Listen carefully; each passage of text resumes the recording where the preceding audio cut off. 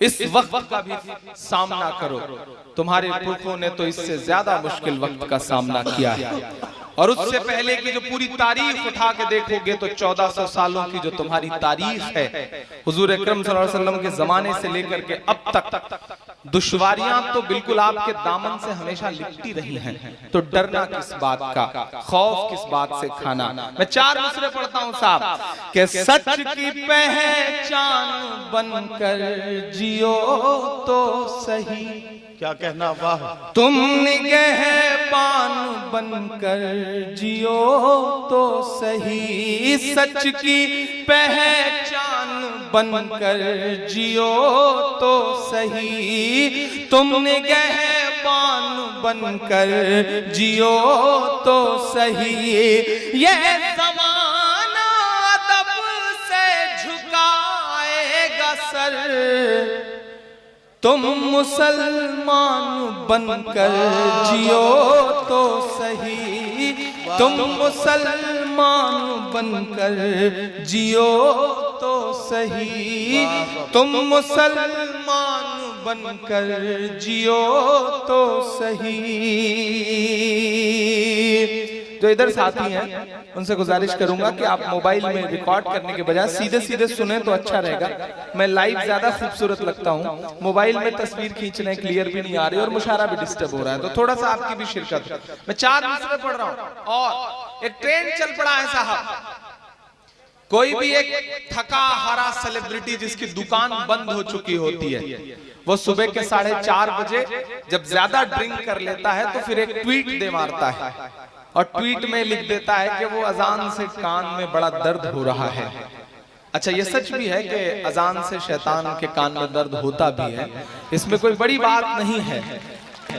एक कोशिश की जा रही है आपको जगह जगह परेशान करने की, लेकिन जो मेरा ईमान कहता है, जो मेरा यकीन कहता है, उस बुनियाद पे मैं 4 मिसरे पढ़ता हूँ। नदीम भाई दुआएं इरशाद इरशाद इरशाद भाई। कि रब की राहों में फरियाद तो कीजिए, क्या कहना, रब की राहों में फरियाद तो कीजिए, मुश्किलों में उसे याद तो कीजिए, मुश्किलों में उसे याद तो कीजिए, रब की राहों में फरियाद तो कीजिए। किसमें दम है बंद करवाए फिर, अब मेरी बात सच लगे तो मेरा साथ देना, मेरी बात पे मुहर लगाना। किसमें दम है अज़ाब बंद करवाए फिर, मस्जिदें पहले आबाद तो कीजिए, मस्जिदें पहले आबाद तो कीजिए, क्या कहना, मस्जिदें पहले आबाद तो कीजिए। सच्ची बात है, वाह वाह। मैंने कहा ना, ये हो सकता है कि आपको लग रहा है ये सियासी तौर पे जो पिछले 3 साल गुजरे हैं वह हिंदुस्तान के पूरे समाज में आपके लिए थोड़े से बुरे दिन हैं, लेकिन मैं एक चीज को लेकर के बहुत मुतमईन हूं साहब। ये सियासी तौर पे बुरे दिन हैं, लेकिन एक मुबारकबाद आपको देता हूं कि आजादी के बाद पहली बार ऐसा हुआ है कन्नौज वालों कि एक साथ आपके 50 बच्चे IAS में सिलेक्ट हुए हैं। ये आजादी के बाद पहली बार हुआ है। जब आप हर तरफ से परेशान होते हैं सियासी तौर पे, समाजी तौर पे, तो अल्हम्दुलिल्लाह मुझे खुशी है कि मेरी नई नस्ल जो है वो तालीम की तरफ मुड़ी है, और उसका असर ये हुआ है कि इस 1 साल में 50 बच्चे IAS IPS हुए हैं आपके। ये आजादी के बाद का सबसे बड़ा आंकड़ा है। तो मैं तो बहुत उम्मीद के साथ इस तरफ देख रहा हूँ। मैं 4 मिसरे पढ़ता हूँ और यही मेरी जिंदगी का मकसद भी है, यही मेरी जिंदगी का मिशन भी है। मैं 4 मिसरे पढ़ रहा हूँ भुट्टू भाई ने बहुत खूबसूरत मुशायरा किया है, यूसुफ भाई की मौजूदगी ने मुशायरे को जिंदगी दी है। लेकिन मैं ये चाहता हूं कि सुबह जब आप चाय की दुकान पर बैठ के तबसरा कर रहे हो तो आप सिर्फ ये ना कहें कि चांदनी शबनम ने क्या मोहब्बत की गजलें पढ़ी, अली ने क्या खूबसूरत पढ़ा, विकास ने क्या मजे लगाए, या इमरान भाई ने क्या नसीहतें करी। आप वहां बैठ करके इन 4 मिसरों पे तबसरा कर रहे हो। शायद इस मुशायरे का सबसे बड़ा हासिल वो होगा। मैं पढ़ता हूं साहब कि इस तरह हौसले आजमाया करो। डाइस के भी दोस्तों की शिरकत हो थोड़ा सा। क्या कहना इस तरह हौसले आजमाया करो, मुश्किलें देख कर मुस्कुराया करो, मुश्किलें देख कर मुस्कुराया करो।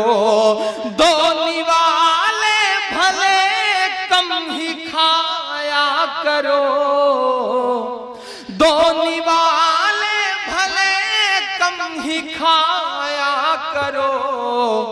अपने बच्चों को लेकिन पढ़ाया करो, अपने बच्चों को लेकिन पढ़ाया करो, अपने बच्चों को लेकिन पढ़ाया करो। बहुत शुक्रिया, बहुत मोहब्बत है। 4 मिसरे और पढ़ता हूं साहब। अजीब अजीब फैसले, अजीब अजीब मंजर देखने को मिल रहा है साहब। ये आदेश दिया जा रहा है, सरकारी फरमान जारी हो रहा है कि ये चेक किया जाए कि 15 अगस्त को राष्ट्रगान गाया जा रहा है या नहीं, तिरंगा फहराया जा रहा है या नहीं। मुझे तो खुशी है इस बात की कि मेरी नस्लों ने इस बार वो काम करके दिखाया है। सलाम है आपको।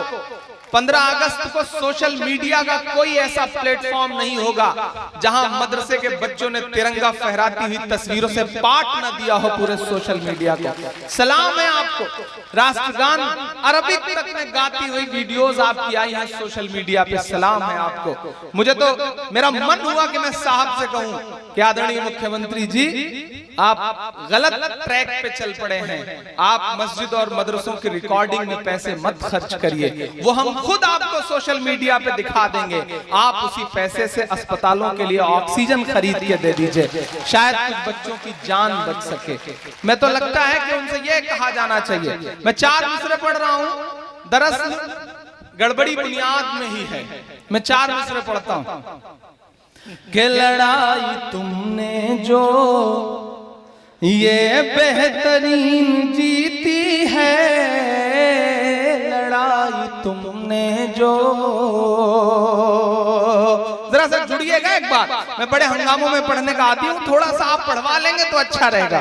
कि लड़ाई तुमने जो ये बेहतरीन जीती है, लड़ाई तुमने जो, लड़ाई तुमने ये बेहतरीन जीती है, लड़ाई तुमने जो ये बेहतरीन जीती है।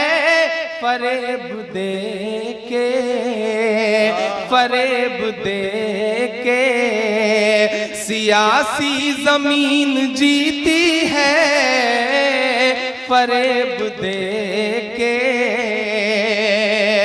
और अब आपका इमरान हिम्मत करता है, अगर आपको लगे कि आपकी धड़कनों को मैंने लफ्ज में पिरोने का काम किया है तो कोई भी हाथ खामोश ना रहे अगले 2 मिसरे पे। मैं पढ़ता हूं साहब कि फरेब दे के सियासी जमीन जीती है, लड़ाई तुमने जो, यही वो सच है जो मैं चीख करके बोले हूं।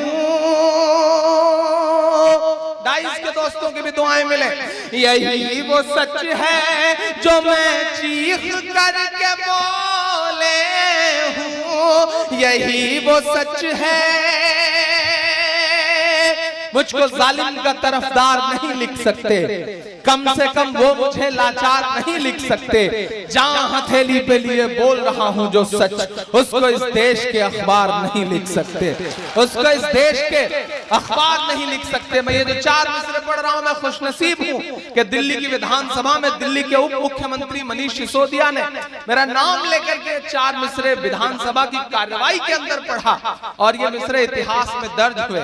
सच्चे लगे तो मुझे दुआ देना कि फरेब दे के सियासी जमीन जीती है, यही वो सच है जो मैं चीख करके बोले हूँ, यही वो सच है जो मैं चीख करके बोले हूँ। चुनाव तुम नहीं जीते मशीन जीती है, चुनाव तुम नहीं जीते मशीन जीती है।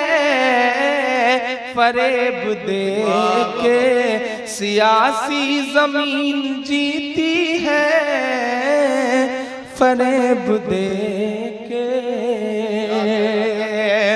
बहुत शुक्रिया, बहुत मोहब्बतें, आप बहुत अच्छा सुन रहे हैं, बहुत प्यार से सुन रहे हैं। मैं 4 मिसरे और पढ़ता हूं।